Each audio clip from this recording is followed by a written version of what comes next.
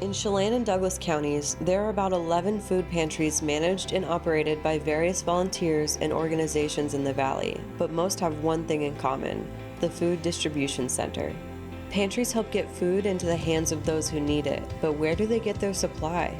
In a warehouse behind Denny's in Wenatchee, the Chelan-Douglas Community Action Council is distributing more than 2 million pounds of food each year to area food banks and programs serving a total of more than 10,000 people.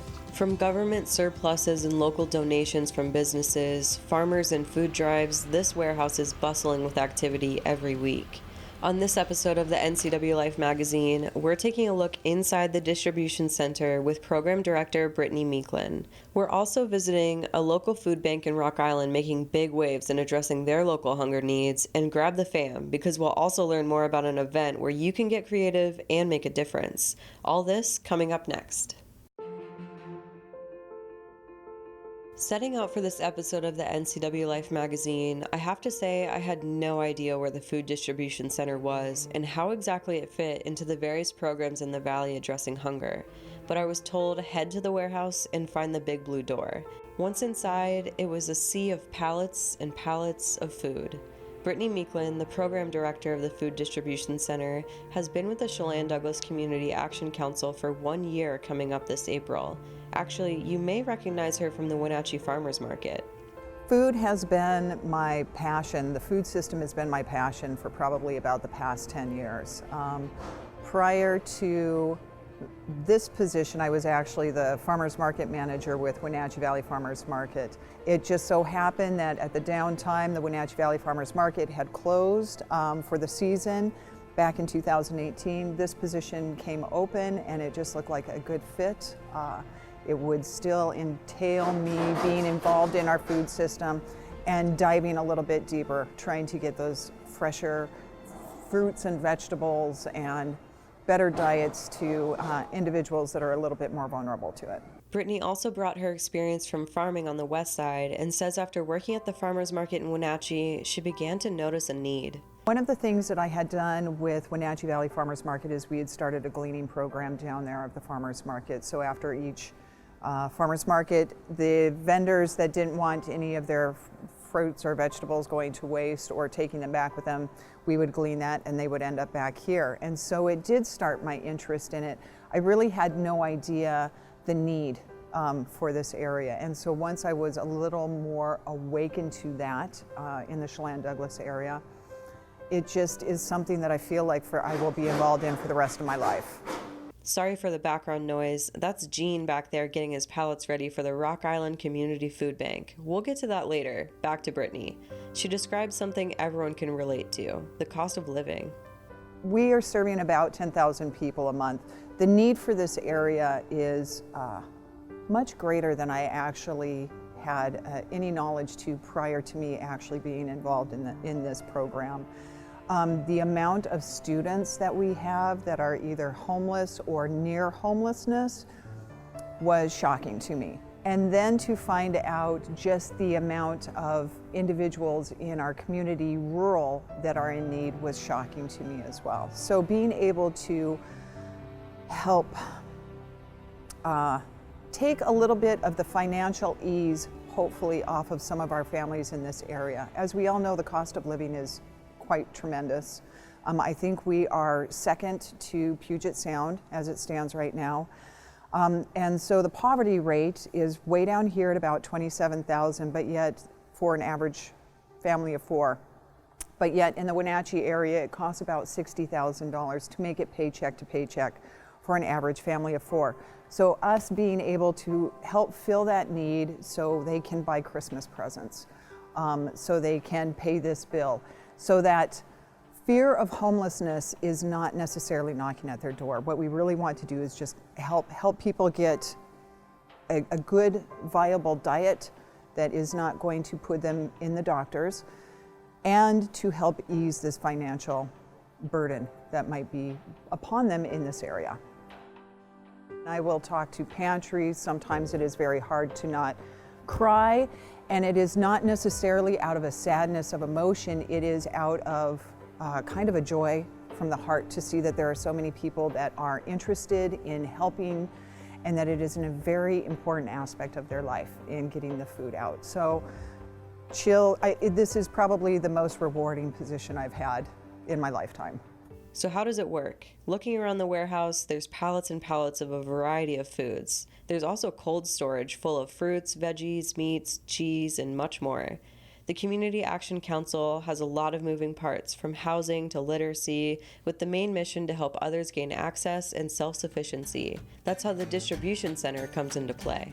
So Community Action was part of the War on Poverty. It was started back in the 60s as part of the War on Poverty. And so Community Action in itself is based on helping people stay out of poverty or to rise out of poverty. So we get bulk food from Northwest Harvest and Second Harvest. They will send us what they call their free trade food, which a lot of it is donated foods, bulks. It could come from drives, it could come from producers just having too much of one thing.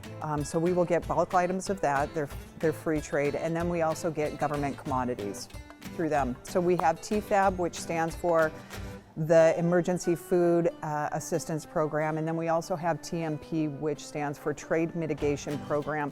And this particular program has come out of the trade wars. So this is kind of the silver lining for us behind the trade wars. It is helping the producers and the suppliers, and silver lining is also helping to feed our communities right now. We have kind of three main functions in the food distribution center here: delivering out to the food pantries or our drop sites. We deliver to 19 drop sites altogether. 10 of those are food pantries. We also have senior apartments. We deliver to the senior center, Sage. So yeah, quite a community there. Then we also do grocery rescue, where we have partners with Safeway, Fred Meyer, Costco, Glaze, and Smart Food Service. So with those partners, then we have grocery rescue, which is a fantastic addition. It really helps in the variety that we are able to offer our clients, for sure. And then we also have builds. So every day we are delivering to either pantries or Salvation Army or one of the senior apartments. And so as we have bulk food that comes in, we also send bulk food out. It just looks a little bit different, a little bit more variety. When you think of food banks and pantries, Brittany says you may have an old stigma attached to that image. A lot has changed in the last decade to bring more nutrition to the table. There is so much more variety that is available today. It is far beyond and I hate to say this, the government cheese. So like I said, we've got pork loins, and then we can go into our walk-in cooler where we have oranges, apples, fresh milk. We will still get cheese, but it is often shredded cheddar or something of a nicer variety than the 5-pound block that it used to be. So even the government commodities are a little bit different, but really off of our community food drives and the grocery rescue, that's where the great variety really does come in. And not only is that important for an individual's diet, but it is also nice to be able to normalize a meal a little bit. And so when people come to your house, it doesn't just shout government food, it's really trying to normalize this aspect of people's life as much as possible so they can deal with other pressing issues. How is this distribution center funded? Brittany says it's mostly grants, but the annual Empty Bowls event is vital. Empty Bowls is a series of painting sessions for the community where individuals and families can come paint their own bowls, with proceeds benefiting the food distribution center. Not only is it an important and fun fundraiser, but it's also an educational moment for the community. I attended the first of these 3 painting opportunities on a Sunday afternoon in December. On Sunday afternoon, the Locatel Events Center was buzzing with creativity, and for a good cause. I'm Robin Moser, and I'm an AmeriCorps member through the Chelan-Douglas Community Action Council. And the Empty Bowls Wenatchee is an annual fundraiser that benefits the Food Distribution Center. Money's tight for a lot of people, and a lot of people have to spend way too many hours working to try to pay the bills. which means that if you do earn enough money, but you're working long hours, you don't have very much time at home to prepare healthy meals, and you end up eating a lot of convenience foods, which are not that healthy, and we're very concerned about that. So it's a juggle, trying to decide where to put your money. And last year with Empty Bowls funds, we purchased some shelving. So we have a warehouse, but prior to 2019, all of the food was stored on pallets on the floor, which meant that it really restricted how much food you could take in. So with the purchase of the shelving from last year's funds, we can now fit twice as many in there. And we do want to be able to bring in enough money this year to help us towards getting a refrigerated truck, so that when summer comes, we can still take frozen and refrigerated stuff out to the food pantries without worry about it spoiling. This winter season, Robin says whether it's coming out to paint a bowl, donating food, or maybe your time in volunteering, it's important to consider those impacted by food insecurity. You may not even think of yourself as poor, but our society has a lot of demands on our financial resources. And it's very tricky to try to spread our money around the things that we need and then still have some for the few wants. Inspiration's Ceramic and Art Cafe helps supply the bowls and paints for the event, supporting the mission of raising awareness and taking action. There are 2 more Empty Bowls events at Pybus this winter season, both from 1 p.m. to 6 p.m. on January 19th and February 16th. Participants in the event are invited to a community soup and bread meal at the Wenatchee High School on March 14th, where they can pick up their painted bowls. Back at the distribution center, Brittany says without the community's help during these events, the warehouse wouldn't survive. So we are a nonprofit organization. All of our funds pretty much come from grants. We also do get some funding from the government because we do have these government programs, but it is so incredibly limited. So Empty Bowls is our annual fundraiser that really does help to provide funding for our warehouse here. We have staff, we have fleet, we have expenses. So it is extremely important as far as financially goes. The educational aspect of it is fantastic because not only are we able to capture people's interest in the art and being able to have this fun event, but then we are able to give a soft education on the need for donations, the need for financial funding, the need for more drives, more food, and how that is necessary in this valley. Feeding 10,000 people a month takes money and it takes donations. So yeah, the Empty Bowls is we wouldn't be able to survive without the Empty Bowls, definitely. If you're looking for a way to get involved, Empty Bowls is the perfect event for all ages and abilities. For more information, you can find the event on Facebook or on the Chelan-Douglas Community Action Council website. Coming up next, we head out to Rock Island to visit with a food bank served by the distribution center, making strides in bringing food to the tables of those in need. We'll be right back. You know, being in this line of work has opened me up to probably some of the most compassionate people in our area. So this is the huggiest group of people I have ever worked around. It is really, really a fun experience to be able to go in to deliver to these people, to see their volunteers excited about getting the food, excited about having their pantry. Yeah, it just is, it's a grand experience. Yeah, I just feel very fortunate that I am able to partake in all of this, yeah. On this episode of the NCWLIFE magazine, we've been taking a look inside the Chelan-Douglas Community Action Council Food Distribution Center. This warehouse packed with food helps stock local pantries throughout the region, including a unique community food pantry in Rock Island. I met Gene at the warehouse, a volunteer there, but also the son of Miss Betty, who runs the Rock Island Community Food Bank. As he worked on getting his pallet ready for the food bank, he sang almost the entire time. He told me he's retired 2, 3, 4 times maybe, and continues more projects that light his fire. Gene helps his mother, Miss Betty, serve their community in one of the biggest ways possible, and Brittany says the family has a heart of gold. So Gene is born and raised in this area.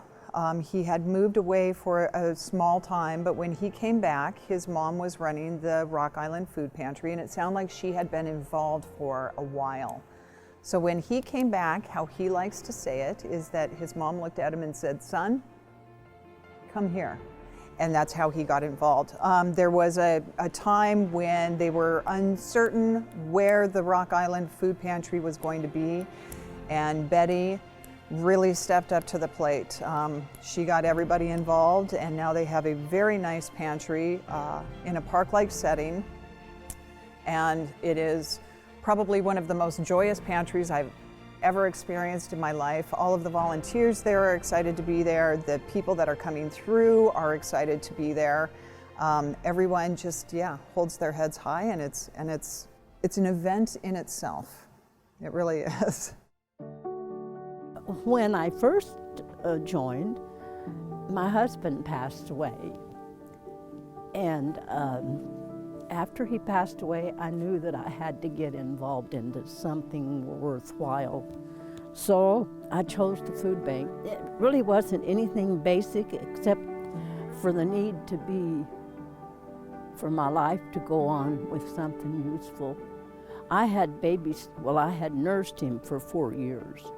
So I had no life when I nursed him. And I said to him, this is not supposed to happen, Well, it did. So it was an urge to still help be beneficial to people, to find where there was a need.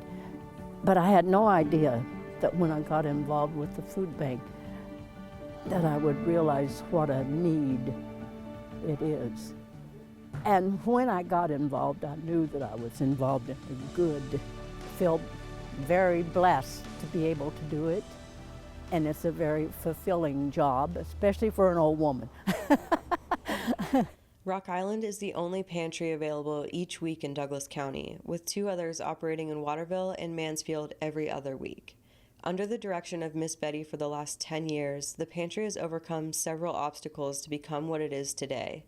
Brittany said this is how every food pantry should be: clean, fresh, casual, and without the stigma you often see or feel at a traditional food bank. I realized from the very beginning, even as a director, you're a volunteer along with all of your volunteers.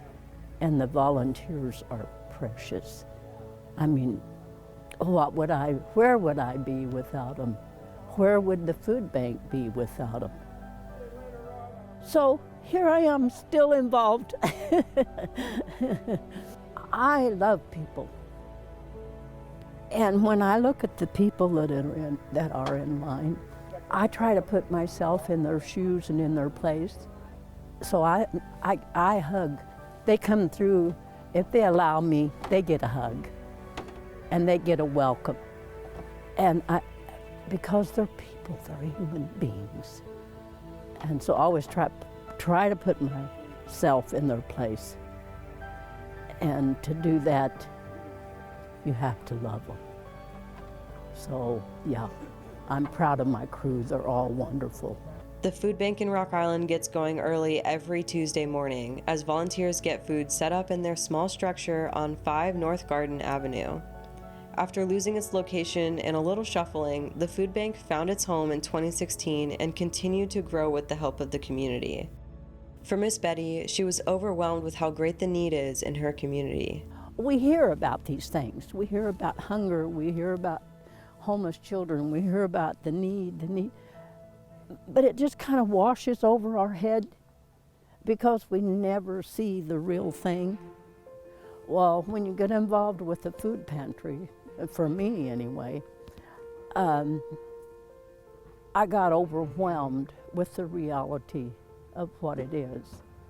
And I am so thankful that I can help people. I pray that when I'm gone, someone else will love it as much as I do. The saying is that if you give a little, you'll get a lot.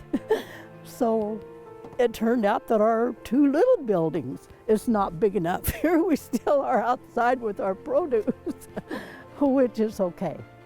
So someday in the future, maybe not my future, but we'll have a building that will house everybody and we won't have to be out in the cold. But hey, everything's worked out, so I'm not complaining. I just look forward to being here Tuesday to greet the people, and I hope that we have plenty of good food for them, which we do. So Monday night, no matter how tired I am, Tuesday morning I'll wake up with this go, go, go. Food bank day, go, go, go. Yeah, so it's always a real pleasure to be here on Tuesday. You gotta love people. You gotta care. And so I try to. The Rock Island Community Food Bank continues to serve those with food insecurity, and Brittany at the Food Distribution Center says they're hoping to expand and help more of rural Douglas County. So there is a huge gap in the northern Douglas area, very rural, but of people that don't have the availability to food pantries straight away. So one of the big things that we're looking at starting next year is a mobile food pantry. That will really help us to be able to get out to areas that not only don't have food pantries, but may have a food pantry, but it might be every other week. It could be areas where people have a harder time getting to a food pantry for whatever reason, be it transportation, be it distance, whatever that might be. We will also be taking the mobile food pantry into the Chelan County as well. There's a lot of areas that are not touched in Chelan. Manson is one of the ones that I can think of right off the top of my head, but even like Peshaston and Monitor, there's nothing there. So we have one in Leavenworth, we have one in Kashmir, but there are actually quite a few people that don't have transportation in between those two. So trying to just ease the dinner table, you know, in any way that we can, whether it is us driving food to places where it's going to be easier for people to pick up or whatever that might be. Yeah, just trying to feed the community. It's growing, and the crazy thing is our government commodities are not based off of need, they're based off of unemployment and poverty rates.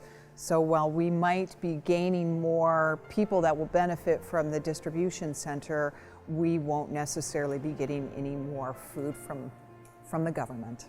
Looking for a way to help? Donations, donations, donations. I mean, donations are really, they're the lifeblood here. You know, we probably will bring in close to 35,000 pounds in donations, and that does not include our grocery rescue. That is purely from the goodness of everyone's heart in this area. Another great way for the community to get involved is we have a program called the Green Bags, and they are given an actual green bag for shopping.